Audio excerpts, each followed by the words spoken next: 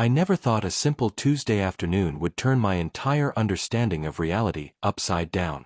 My name is David, and I've been married to Sarah for 3 years. Our relationship with her mother, Margaret, has always been complicated.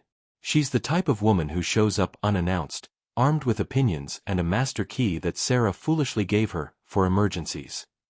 That day, Sarah was at her book club meeting, something she'd been looking forward to all week. I was home alone, finally having some peace to work on my novel, a thriller about parallel dimensions that I'd been struggling with for months. The irony of that detail would become crystal clear later. I was deep in thought, crafting a particularly complex scene about interdimensional travel, when I heard footsteps on our front porch. Before I could even get up from my desk, the front door swung open. Margaret's voice echoed through the house. "Sarah?" "David. I brought those curtains I mentioned."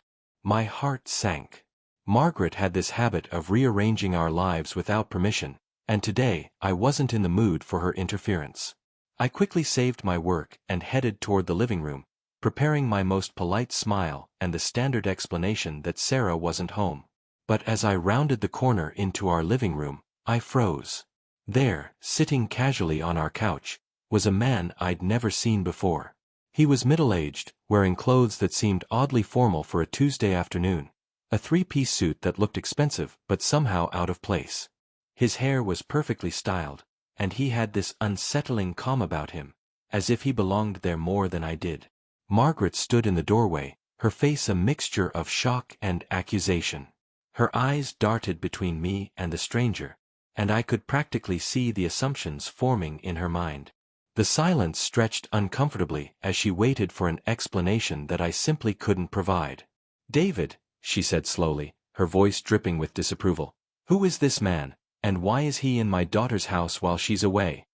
The stranger looked up at me with eyes that seemed oddly familiar, though I was certain I'd never met him before. There was something unsettling about his presence, not threatening, exactly, but deeply wrong in a way I couldn't articulate. He smiled politely at Margaret, as if this were the most normal situation in the world. I started, then stopped. How could I explain something I didn't understand myself? "Margaret, I honestly don't know who this is or how he got here." Her eyebrows shot up so high they nearly disappeared into her hairline. "You don't know? David, he's sitting in your living room. Are you telling me you just found him here?" The stranger finally spoke, his voice carrying a slight accent I couldn't place. "Perhaps I should introduce myself. My name is David Morrison, and I live here." Margaret's face went through several expressions: confusion, anger, then a kind of horrified realization. "David Morrison? But that's your name," she said, pointing at me. I felt the blood drain from my face. It was my name. David Morrison, 32 years old, married to Sarah Margaret Thompson Morrison, living at 1247 Elm Street. But I was David Morrison. I had always been David Morrison.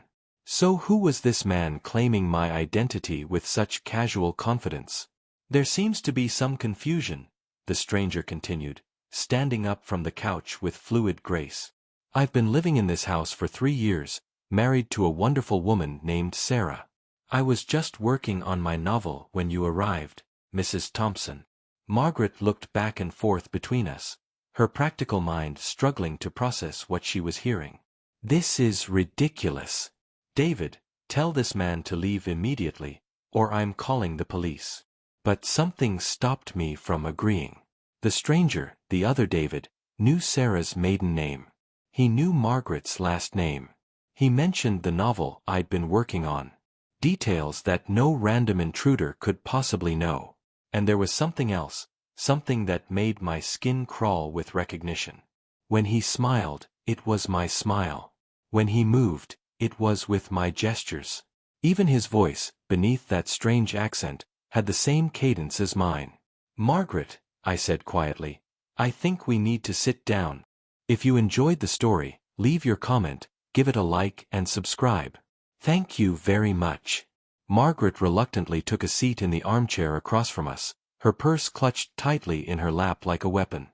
The other David, I didn't know what else to call him, returned to his spot on the couch, leaving me standing awkwardly between them. "This is insane," Margaret muttered. "Absolutely insane. David, I don't know what kind of game you're playing, but—" "It's not a game," I interrupted. "Look at him, Margaret.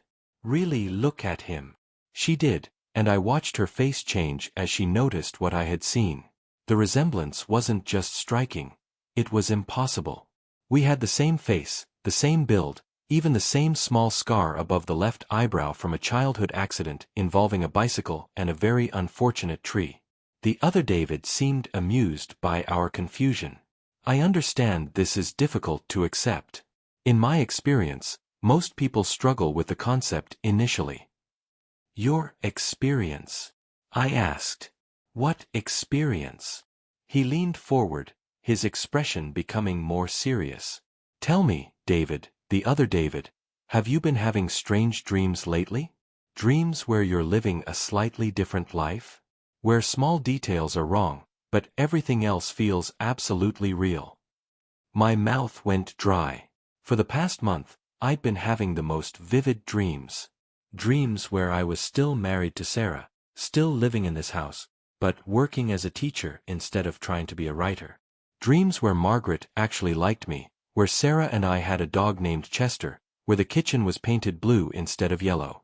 "How could you possibly know about that?" I whispered. "Because I've been having them too. Dreams of your life, your choices, your reality. The difference is, I figured out what they meant." Margaret stood up abruptly. "I'm calling Sarah. Right now. She needs to come home and sort out whatever mental breakdown you're having." "Please don't," the other David said gently. "Sarah won't be able to help with this. In fact, calling her might make things much more complicated." "Why?" Margaret demanded. He looked at both of us with something that might have been pity. "Because in my reality, Sarah died in a car accident 6 months ago." The words hit me like a physical blow. Margaret gasped, her hand flying to her mouth. That's horrible. How dare you say such a thing?" But the other David's eyes were filled with genuine grief, a pain so raw and familiar that I recognized it instantly. It was the same look I'd seen in my own mirror during the darkest moments of my life. "I'm not saying it to be cruel," he said quietly. "I'm saying it because it's the truth. And I think I know why we're both here." The living room felt smaller suddenly, as if the walls were closing in around us. Margaret sat back down heavily, her face pale. I remained standing, afraid that if I moved, this surreal moment would shatter and leave me questioning my sanity. "Explain," I said simply. The other David nodded. "Have you ever heard of quantum mechanics? The many worlds interpretation? Mean the theory that every decision creates alternate realities?" I asked. My novel research had led me down some interesting rabbit holes. "Exactly. Every choice, every random event, every possible outcome exists simultaneously in parallel universes. Usually, these realities remain separate, isolated from each other. But sometimes, under very specific circumstances, the barriers between worlds can become permeable." Margaret scoffed. "This is science fiction nonsense." "Is it?" the other David asked. "Mrs. Thompson, in your reality, what color is your daughter's car?" "Red. It's a red Honda Civic." "In mine, it was blue. A blue Toyota Camry." "David, what's your middle name?" "James," I answered automatically. "Mine is Michael." Small differences, but differences nonetheless. We're living parallel lives that have begun to intersect. I felt a chill run down my spine. But why? What caused this convergence? His expression grew darker. Grief. Intense, overwhelming grief has a way of tearing holes in reality.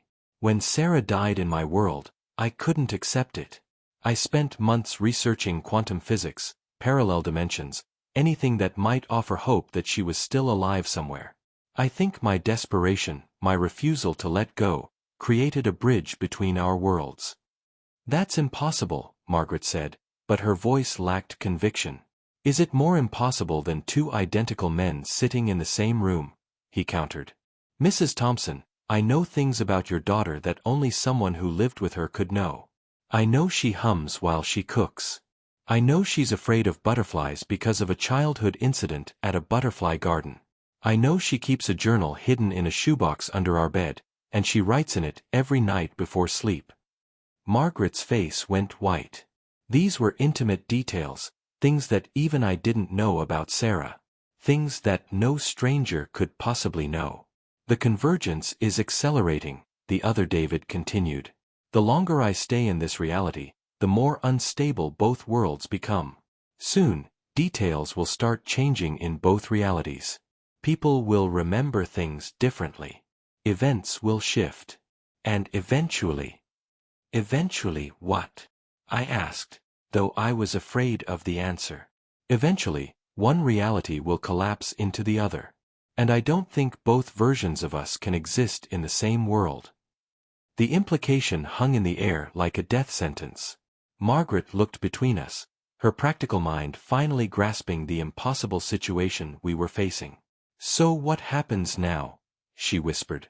The other David smiled sadly. Now, we wait for Sarah to come home. Because she's the key to everything. We didn't have to wait long. Sarah's key turned in the front door just as the afternoon sun began to slant through our living room windows. I heard her cheerful voice calling out, David? Mom. I saw your car outside. Margaret and I exchanged glances. The other David remained calm, almost serene, as if he'd been waiting for this moment his entire life. Sarah appeared in the doorway, her arms full of grocery bags, her face bright with the happiness that had drawn me to her in the first place. She looked at Margaret, then at me, then her eyes fell on the other David. The bags slipped from her hands, groceries scattering across the floor. David, she whispered, her voice barely audible. But here's what none of us expected. She wasn't looking at me when she said it. She was looking at him. Hello, Sarah, the other David said softly. I've missed you so much. Sarah's face crumpled, tears streaming down her cheeks. But you died. The accident. I was driving, and the truck ran the red light, and you. She turned to look at me, confusion replacing grief. Who are you? The world tilted. Everything I thought I understood flipped upside down. Sarah, I said desperately, it's me, David, your husband. But she was shaking her head, backing away from me. No, you're not. You look like him, but you're not him. David died 6 months ago. I've been living with the guilt, the emptiness, the dreams. The other David finished gently. You've been dreaming of a life where I survived, haven't you? Where you never had to carry that guilt. Sarah nodded, sobbing now. Every night. Dreams where we were still together, still happy. Dreams where I didn't kill you. Margaret stood up slowly, her face a mask of understanding and horror. Sarah, honey, in this reality, you never had an accident. You've been married to David, this David, for 3 years. But that's impossible, Sarah said. I remember the funeral. I remember the grief counseling. I remember. 2 realities, the other David said. 2 different outcomes to the same moment. In one world, I died and you survived with the guilt. In another, we both survived and continued our life together. The question is, which reality is real? I felt my world crumbling around me. They're both real, I said quietly. Aren't they? The other David nodded. But they can't both continue to exist. The convergence is destabilizing everything. One reality has to collapse into the other. Sarah looked between us, her face torn with impossible grief and impossible hope. What are you saying? I'm saying you have to choose, the other David said.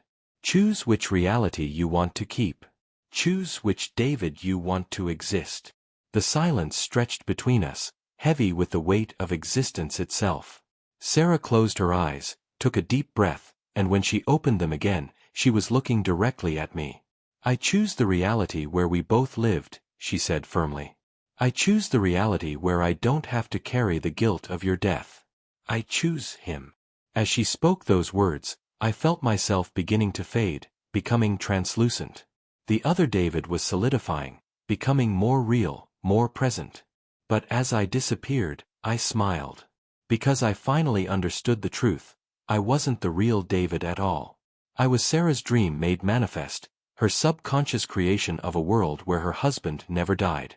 And now that she was ready to face reality, to accept her David back from the dead, my purpose was complete. The last thing I heard was Margaret's voice. "Sarah, how is this possible?" And Sarah's reply, "Sometimes, Mom, love is stronger than death. Sometimes, it can literally dream a new reality into existence."